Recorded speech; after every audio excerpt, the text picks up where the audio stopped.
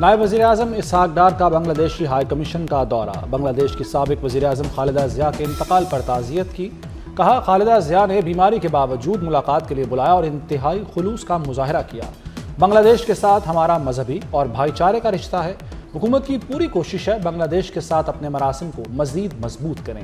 بنگلہ دیش کی قائم مقام ہائی کمشنر کا نائب وزیر اعظم سے اظہار تشکر۔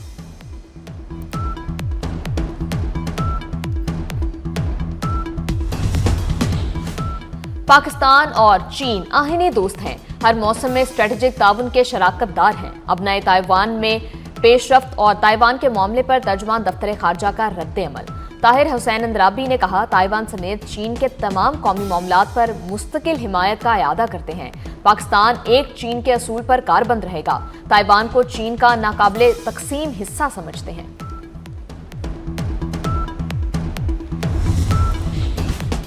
پاکستان اور مسلم ممالک کے وزراء خارجہ کا غزہ میں بگڑتی انسانی صورتحال پر اظہار تشویش۔ پاکستان، مصر، انڈونیشیا، اردن، قطر، ترکی، سعودی عرب اور متحدہ عرب امارات کے وزراء خارجہ کا مشترکہ بیان جاری۔ ترجمان دفتر خارجہ کے مطابق مسلم ممالک نے کہا کہ غزہ میں زندگی بچانے والی بنیادی اشیاء کی شدید قلت ہے۔ غزہ میں 19 لاکھ افراد غیر مناسب پناہ گاہوں میں رہ رہے ہیں۔ موسمی شدت سے بحران مزید سنگین ہو گیا۔ آزاد کشمیر اب کسی ایڈونچر کا متحمل نہیں ہو سکتا، افراتفری اور انسانی جانوں کے ضیاع کی اجازت نہیں دیں گے۔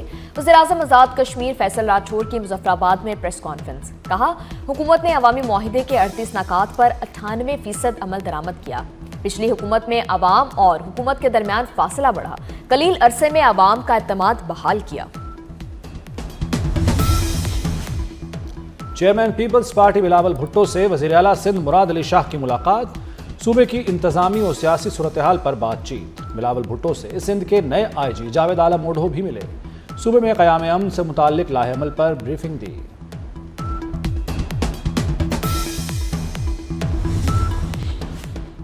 مؤثر حکمرانی کی بنیاد عوام اور قانون کے احترام سے منسلک ہے۔ مقننہ، انتظامیہ اور عدلیہ قانون کی حکمرانی کے لیے لازم و ملزوم ہے۔ سرکاری افسران دیانت اور انصاف کا شعار بنائیں۔ چیف جسٹس پاکستان جسٹس یحییٰ افریدی کی سول سروسز اکیڈمی کے افسروں سے گفتگو۔ سول سروسز اکیڈمی کے 136 افسروں پر مشتمل وفد نے چیف جسٹس سے ملاقات کی۔ سپریم کورٹ اعلامیے کے مطابق وفد کو سپریم کورٹ میں جاری اصلاحات پر بریفنگ بھی دی گئی۔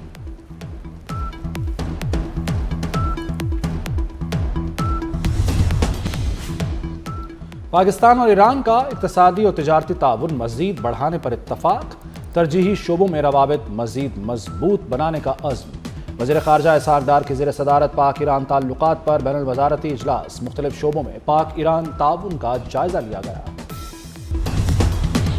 مری، آزاد کشمیر اور ضلع خیبر میں برف باری کا سلسلہ تھم گیا۔ مال روڈ، کشمیر پوائنٹ اور بھوربن میں سیاحوں کا رش۔ وادی تیرا کے پہاڑوں سے 7 انچ تک برف باری ہوئی۔ ایبٹ آباد کے سیاحتی مقام شوگرام میں بڑی سڑکوں سے برف ہٹا دی گئی۔ راولہ کوٹ میں بھی برف باری کے بعد سردی کی شدت میں اضافہ، ملک کے بیشتر علاقے سرد ہواؤں کی لپیٹ میں ہیں۔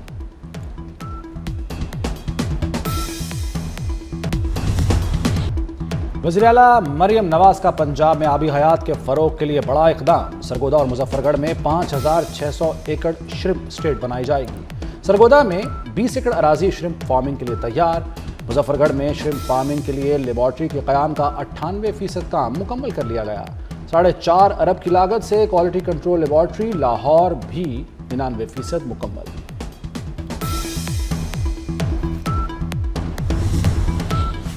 کراچی میں 24 گھنٹوں کے دوران ہیوی ٹریفک نے خاتون سمیت 3 افراد کو موت کی وادی میں بھیج دیا۔ لانڈھی میں اسپتال چورنگی کے قریب ٹریلر نے موٹر سائیکل سوار خاتون کو رونڈ ڈالا۔ اختر کالونی میں ٹریلر نے راہگیر کو کچل دیا۔ اورنگی ٹاؤن میں گاڑی کی ٹکر سے ایک شخص جاں بحق۔ لاڑکانہ میں پولیس اہلکار کے ہاتھوں 8 بچوں کے باپ کے سرعام قتل کا دل خراش واقعہ۔ آئی جی سندھ نے واقعے کا نوٹس لے لیا۔ ڈی آئی جی لاڑکانہ ناصر آفتاب پٹھان کو انکوائری افسر مقرر کر دیا۔ گرفتار پولیس اہلکار محمد جتوئی کے خلاف مقدمہ تاحال درج نہ کیا جا سکا۔ پاکستان نژاد آسٹریلوی ٹیسٹ کرکٹر عثمان خواجہ کا انٹرنیشنل کرکٹ سے ریٹائرمنٹ کا اعلان۔ عثمان خواجہ ایشیز سیریز کا سڈنی میں پنک ٹیسٹ کھیلنے کے بعد ریٹائر ہو جائیں گے۔